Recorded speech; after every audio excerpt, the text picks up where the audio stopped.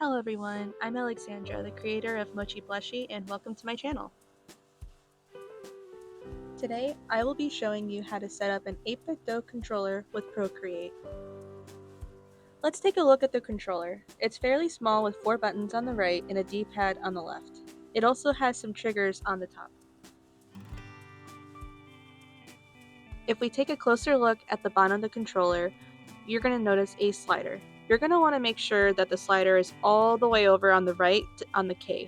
The K basically stands for keyboard, which is the only way it'll connect to your iPad. Let's turn it on and start connecting it. Once you have your iPad, what you're going to want to do is go into your settings,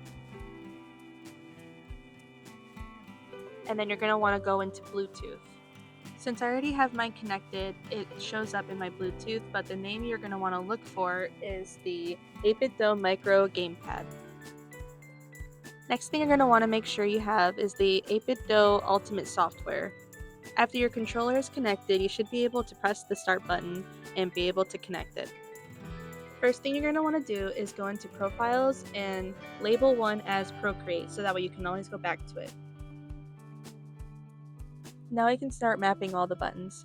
These are some of my most used shortcuts in Procreate, but feel free to change up the buttons or add different shortcuts.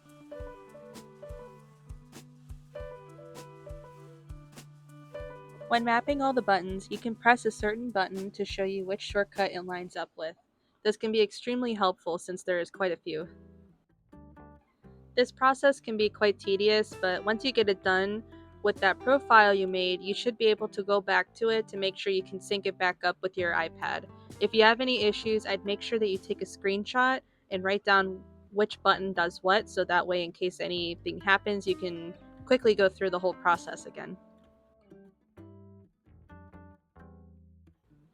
Now, with these certain buttons, I actually had to look it up because it was a little bit confusing. The command key on iPads and MacBooks actually aligns with Windows key. I definitely didn't know that, but if you have any of the shortcuts that have a command key, you're going to want to select Windows to make sure that it actually works. And in case you're like me and use these buttons very often, here is a screenshot I took of all my button layouts. Once you mapped all your buttons, you can select Sync to Device in the bottom right corner, and now we can finally use it in Procreate. I am so happy that I came across this controller because it has made my workflow so much faster by not having to drag my hand all over the screen when I'm trying to draw. You may not have the same issue as me, but when I first started using this, it was a little bit confusing because I was still in the habit of reaching for each of the individual buttons instead of using the controller.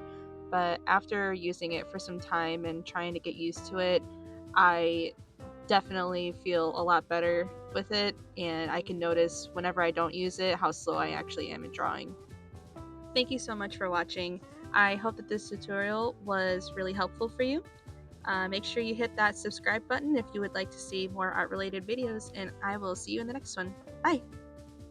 As I was editing, I actually realized that I could connect my controller to my laptop as well to help me edit faster. But anyway, bye!